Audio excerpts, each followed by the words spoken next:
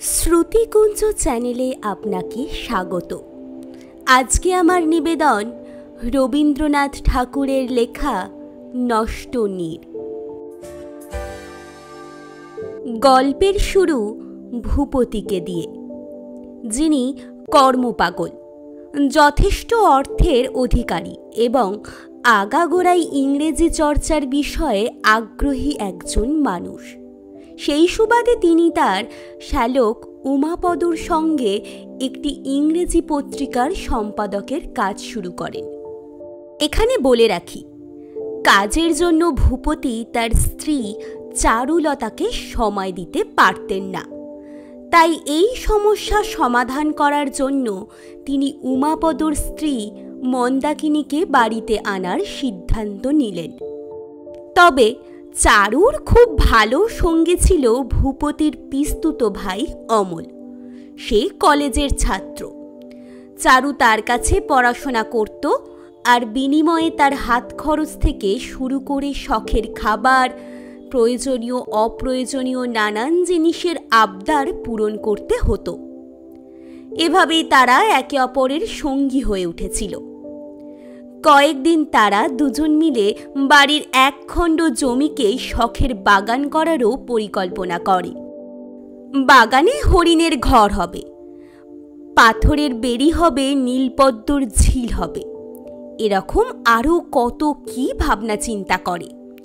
তবে তারা কেউই প্রথমটায় নতুন সদস্যা মন্দাকিনীকে অতটা গুরুত্ব দিত না, কিছুটা এড়িয়েই চলত।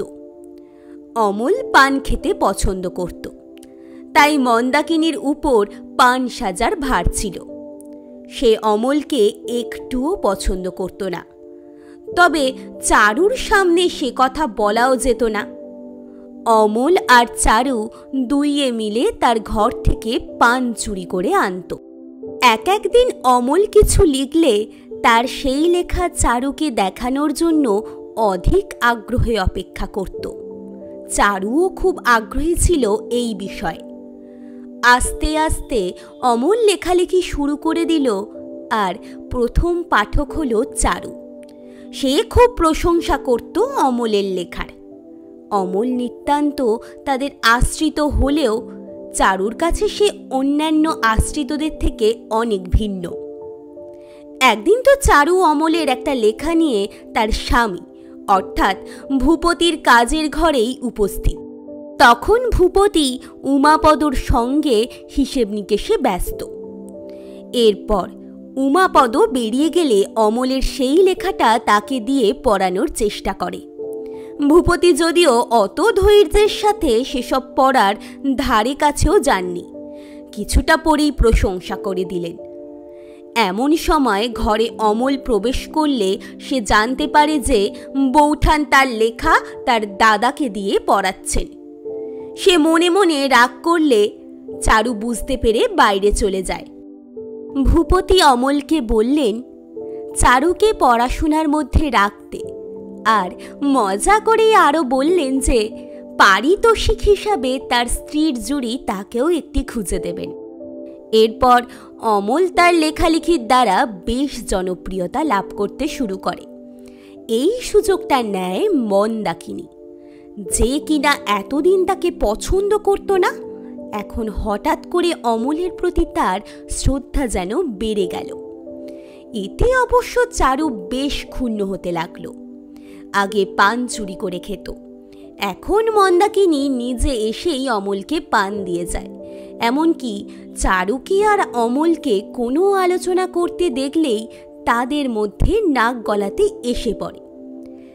একদিন তো অমল কমলাকান্তের দপ্তরের সমালোচনা চারুকে শোনাবে, এমন সময় মন্দা এসে বলে সেও শুনতে চায়, অথচ সে এসব কিছুই বুঝত না। সুতরাং তাই মেনে নিতে হলো। তবে পড়ার মাঝখানে একটা অজুহাতে চারু সেখান থেকে উঠে যায়। ফলে মন্দারাও বুঝতে বাকি থাকলো না উঠে যাওয়ার কারণ। অমল আর করে কি, দোটানায় পড়ে, আবারও পড়া শুরু করতে যাবে। তখন মন্দাও তাকে বারণ করে চলে গেল। আরেকদিন তো চারু নিমন্ত্রণ বাড়ি গিয়েছে, আর অমল এসে উপস্থিত। তাকে না পেয়ে মন্দার ঘরেই সে গিয়ে বসে। তারপর মন্দা তাকে তার জীবনের নানান গল্প বলতে শুরু করে। ঠিক এই সময় চারু ঘরে প্রবেশ করাতে তাদের আলোচনা বন্ধ হয়ে যায়। অমল তাকে দেখে তার নতুন একটা লেখা শোনাবার কথা তুললে চারু মনে মনে অভিমান করে শুনতে নারাজ হয়। চারু এবার ভাবতে থাকে অমলের কথা, পাছে সেই মন্দার জালে জড়িয়ে পড়ে। সাথে সাথে সে এও ভাবে যে অমল আগের থেকে যেন বেশ বদলে গিয়েছে, ঠিক যেদিন থেকে লিখতে শুরু করেছে। এই ভেবে তার দুঃখ হয় যে অমলের লেখার গোড়া তো সেই ছিল, আজ সেই কিনা তাকে আর গুরুত্বই দেয় না আগের মতো। এসব ভেবে চারুও লিখবে ঠিক করেছিল। অনেক চেষ্টা, অনেক কাটাকুটি করার পর সে সহজ সরল ভাষায় একটা কিছু লিখেছিল। তবে চারুর কাছে অমলের লেখাই ছিল আদর্শ। একদিন অমল চারুর সেই লেখা দেখে তো আর ছাড়ে না। সে চারুকে বলে সেটা ছাপানোর জন্য দিতে, চারুও দেবে না। শেষে চারুর প্রস্তাব করে শুধুমাত্র তাদের দুজনের জন্য একটা মাসিক পত্রিকা বের করার, যা কিনা তাদেরই হাতের লেখা হবে, কেবল তাদেরই দুজনের জন্য। যে পত্রিকার তারাই লেখক, তারাই পাঠক। অমল তো এখন বহু পাঠকের উদ্দেশ্যে লেখা ছাড়া ভাবতেই পারে না। তবুও চারুর মন রাখতে তাকে মেনে নিতেই হলো এই প্রস্তাব। এরপর শুরু হয় ভুল বোঝাবুঝি অমল আর চারুর মধ্যে। আসলে চারু ও অমলের সেই ব্যক্তিগত পত্রিকায় যেসব লেখা চারু প্রকাশ করত, অমল সেখান থেকে কোনো একদিন চারুর একটা লেখা চারুর অজান্তেই এক পত্রিকাতে ছাপানোর জন্য দিয়েছিল। আর ছাপানো হয়ে গেলে সেই পত্রিকা সবার আগে ভূপতির হাতে আসে। সেই পত্রিকাতে অবশ্য চারুর লেখাকে অমলের লেখার সঙ্গে তুলনা করে চারুর লেখার সারল্যের জন্য তাকে বাহবা দেয়া হয়েছিল। ভূপতি চারুকে তো দেখলে চারু তো লজ্জাও পায়, আবার অমলের উপর মনে মনে রাগও করে। আর ভাবল যে অমল আসলে তার লেখা সে নিজেই অমলের সামনে ভর্ৎসনা করবে। তবে অমল তখন আসেনি। আর যখন এলো তখন চারু ঘরে একলা বসে আছে, আর তার সামনে পড়ে সেই পত্রিকা দুটি। এখানে কিন্তু অমল ভেবে নেয় যে পত্রিকায় চারুর লেখাকে প্রশংসা আর তার লেখাকে সমালোচনা করা হয়েছে বলে চারু খুব আনন্দিত। তাই সে নিঃশব্দেই চারুর ঘর থেকে বেরিয়ে গিয়ে মন্দার ঘরে আসে এবং তাকে তার নতুন একটি লেখা খুব জোরে জোরে শোনাতে থাকে। এতে চারু খুব দুঃখও পায় আর অমলের উপর খুব রাগও করে। চারুর আর মন্দাকে এই বাড়িতে রাখতে ইচ্ছা করে না। সে ভূপতিকে সে কথাও বলে দেয়। ভূপতি যদিও তাতে বিশেষ আমল দিলেন না। এদিকে উমাপদ ছিল ভূপতির কাগজের কর্মদক্ষ, তবে ইদানিং সে অনেক ফাঁকি দিচ্ছিল, ফলে ভূপতিকে বেশ ভালো রকম দেনার মধ্যে পড়তে হয়। ব্যাপারটা ভূপতি বুঝতে পারলে তাকে সরাসরি বলে, প্রত্যুত্তরে উমাপদ রূঢ় আচরণ করে। ভূপতিও আর বিশেষ কিছু বলে না। তবে এই আর্থিক ফাঁকির ব্যাপারটা চারিদিকে রাষ্ট্র হয়ে যাওয়ার আগেই উমাপদ চাইছিল সরে পড়তে। তাই তারা এই বাড়ি ছেড়ে যাওয়ার সিদ্ধান্ত নেয়।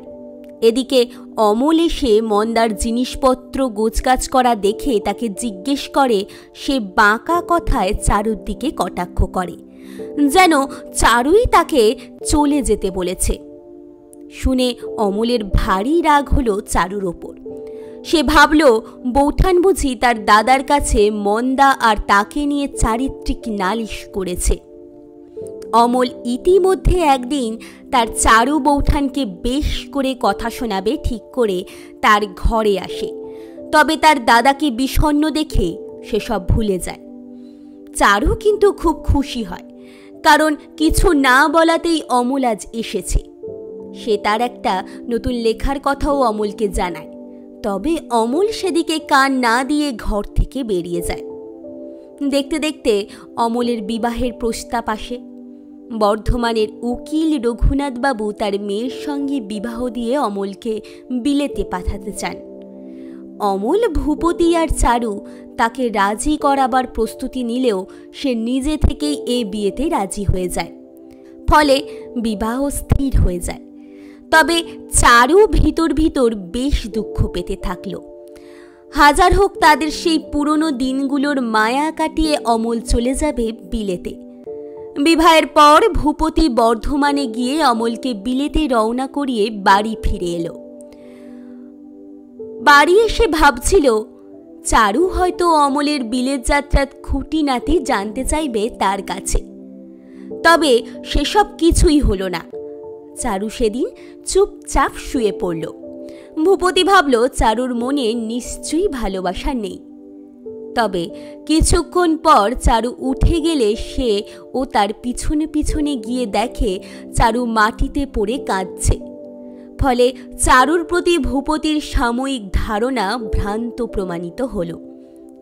ভূপতি খবরের কাগজ থেকে অবসর নেওয়ার পর সে কল্পনা করল যে এবার থেকে সে একেবারে সাংসারিক হয়ে পড়বে, কেবল চারুকে নিয়েই থাকবে। কিন্তু বাস্তবে তা হলো না।